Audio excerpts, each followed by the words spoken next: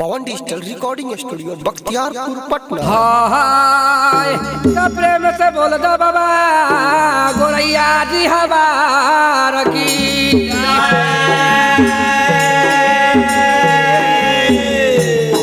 हाय भाई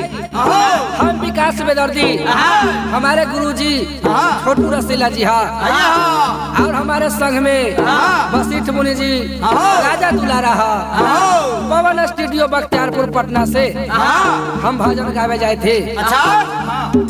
हाय हाथा जंगलवा में हो जंगलवा में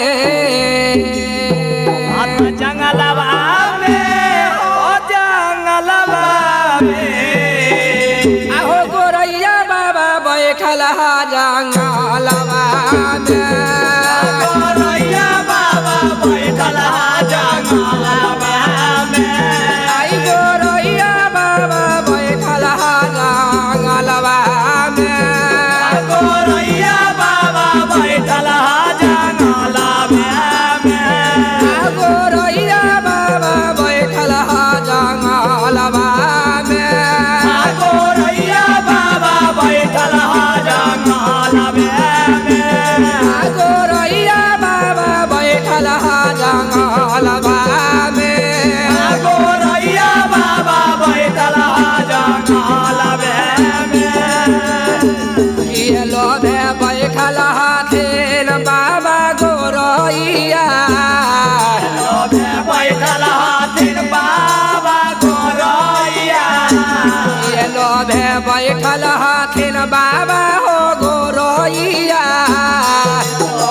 बैठल हाथिन बाबा हो गोरैया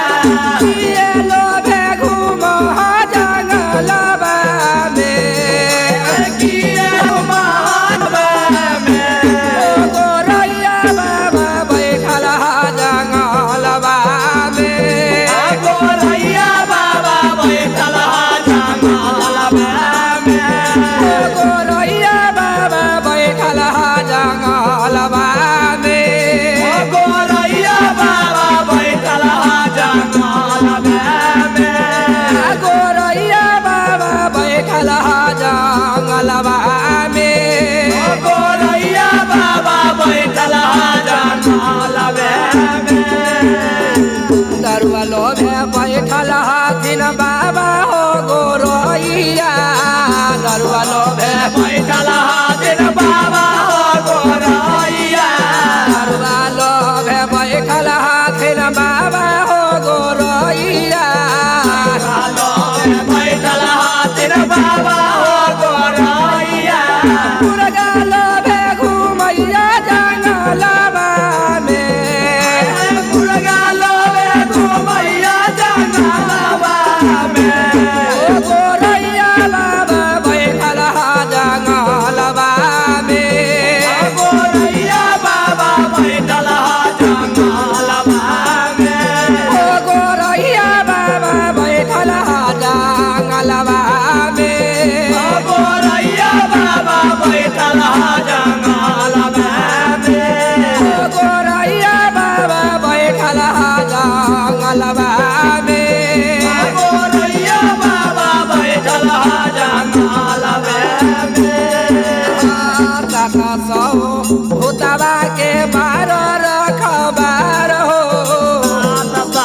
भूतावा के बाला रखबाल हो काका सौ भूतवा के बार रखबार हो भूतावा के बाला रखबाल